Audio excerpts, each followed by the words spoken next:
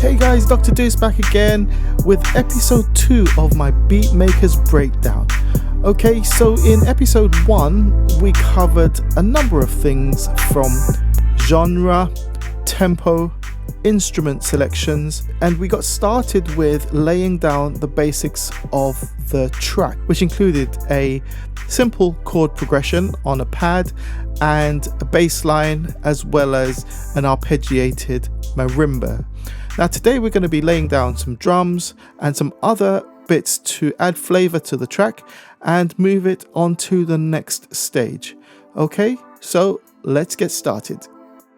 Okay, so before we get started with laying down any drums or any additional parts, we need to take a look at the levels of the tracks already recorded.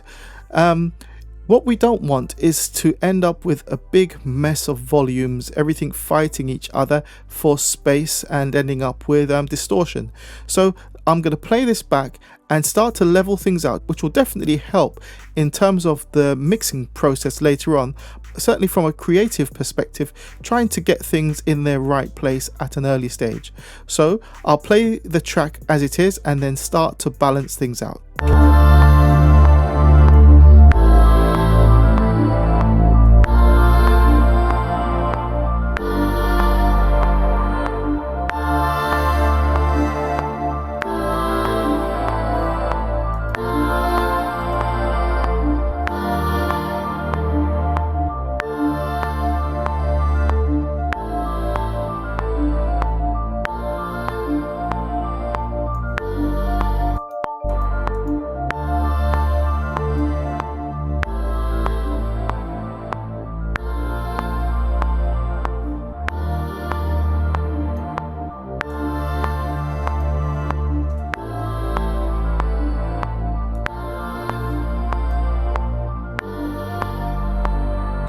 Okay, now that's created a lot more headroom for me to work with, because as soon as I start adding drums and other layers, things are going to get a bit too loud. So I tend to bring my bass line down to about -12 dB in general, and that definitely creates a lot of space, and then I work everything else around that.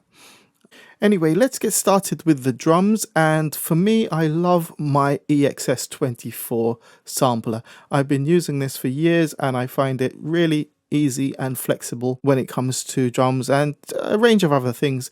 There are loads of other options that you can use, but for me, the EXS24 works just fine when I'm working with drum samples.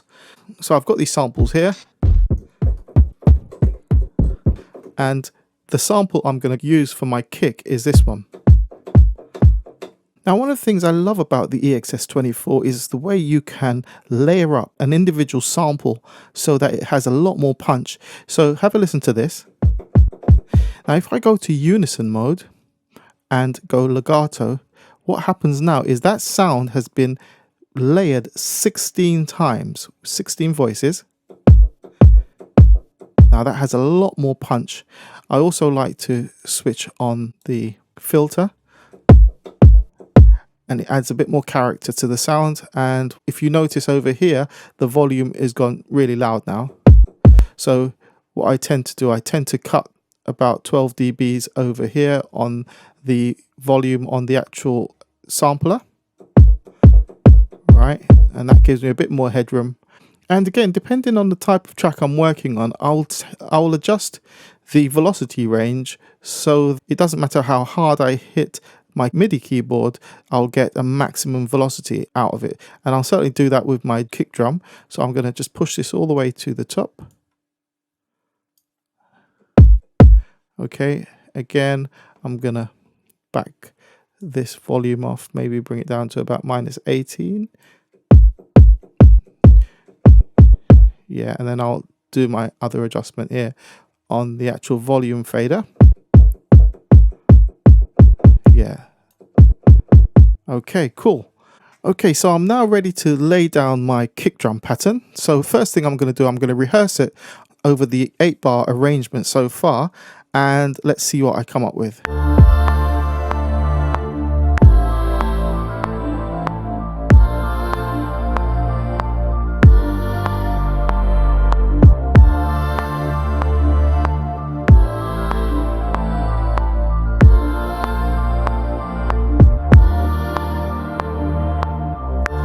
So really, really simple kick drum pattern.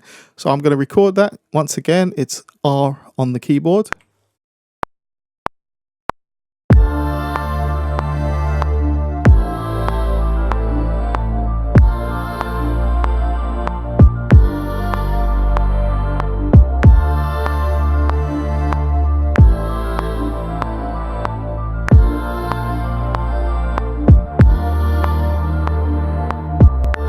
Next thing I'll do is quantize, Command A, Q. Now, although there is a variation in the velocities here, because I've already set up fixed velocity response within the sampler, all of the hits are going to have exactly the same velocity, so no need to worry about that. So let's quickly listen back.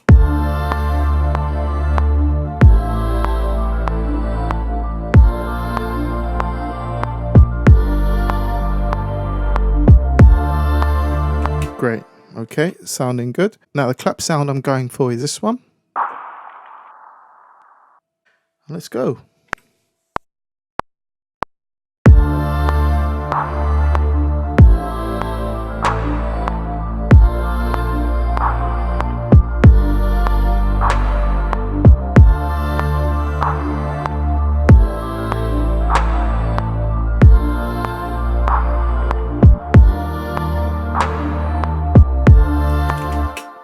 Okay, once again, I need to quantize these hits. Command A, Q.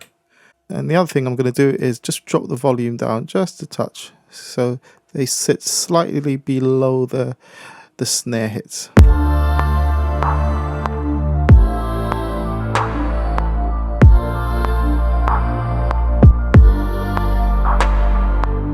Right, so this one's a little bit early, so let's zoom in a touch here. And to zoom, it's Command and left or right arrow. So left arrow will zoom it out and right arrow zooms in.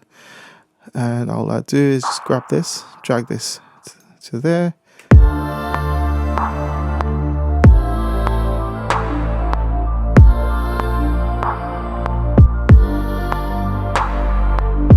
Great.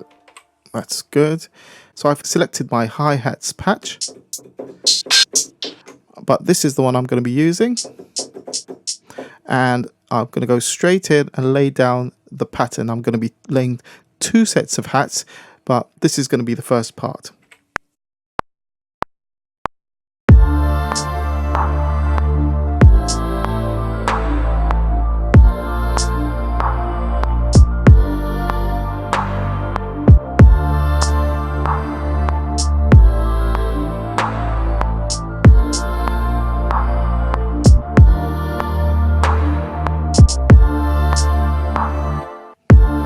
Select all, quantize. Cool. Now I'm going to lay my second set of hats. So jump to this one because it's just a duplicate of this hi-hat patch. I'm going to use the same sound, but this time I'm using an arpeggiator to give me some hi-hat rolls. I've set the rate to 1/64 dotted, and you set your rate by either clicking here and choosing from this or turning the dial. 1/64 dotted works for me. Okay, and now I will lay down my pattern.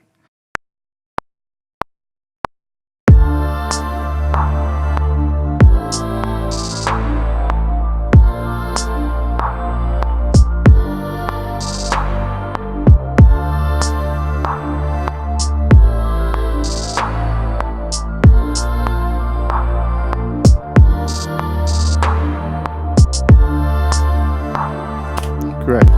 Command A, Q. So another thing I like to make sure of when I'm using arpeggiated hi-hat rolls is that the note lengths are exactly on point. As you can probably see here, this one here, if I was to hover over the edge and click here, you'll see this has a length of 2, 1, 5. This one has a length of 1, 108. This one here has a length of 20. Now, this is the length of hit that I actually want throughout. So once I know what the length is that I want, the next thing I can do is tell Logic to set all of these notes to a specific fixed note length. To do this, once again, we're going to go to Command 9. And here we're going to change this preset from fixed velocity to fixed note length. And as this one is 20, we want 20, just like that. And if I was to hit select and operate, you will notice that all of these will change. There we are. Now, all of my hits are exactly on point in terms of note length. So the next thing I want to do with this production is some housekeeping. I want to start labeling things up so that they make a bit more sense, and start color coding things. I love to color code my regions so that they are easy to spot. At a glance, you can tell exactly what you're looking at, whether it's a keyboard part, a bass line, or drums. Okay, so what we're going to do here is first thing is I'm going to join these two regions together, and for this it is the shortcut for this is Command J. Okay, and also I'm going to name this track and region. Now let's duplicate this. Okay, and I want to show you a nice little trick. So let's select all here, and I'm going to use a shortcut to name this track. The shortcut to rename this track is Shift Return, and I'm going to call this Pad. And if I was to now press Alt Shift N, I'll automatically rename all of the regions on the track that have been selected. Okay, that's quite a nice little shortcut. Again, we're going to rename this part. I'm just going to call it bass, so it's Shift Return and bass, and then Alt Shift N. Great. And I'm going to color code these. Shortcut for bringing up the color palette is Alt C.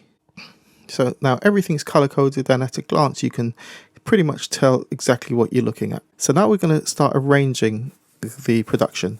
So let's duplicate this a few times. So the command for this is Command R. I'll repeat this 7 times.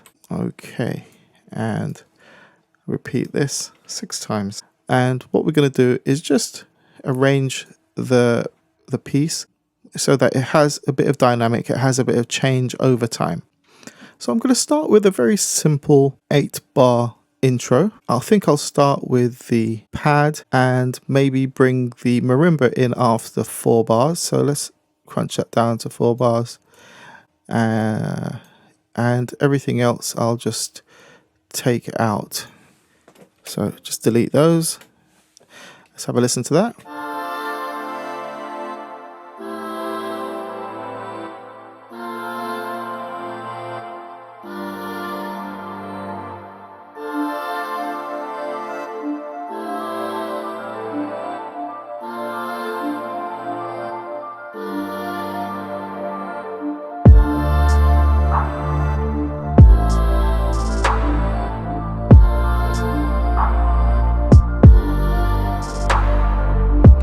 Right, so what I think I'll do now is I'm going to double up the snare hits so that they're a bit more regular during like the chorusy kind of section, and maybe in the verse sections have the snares a bit more spaced out.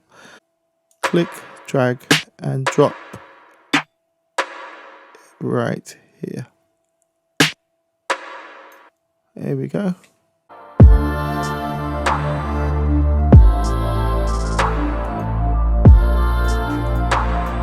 this point we're going to take a break, and I'll come back with the next episode where we'll continue arranging things, just doing one or two additional things such as a bit of automation, just to show you how you can add some more dynamic and feel to the track, have a bit of movement, a bit of filtering, and yeah, hopefully we should be able to wrap it up in the next episode.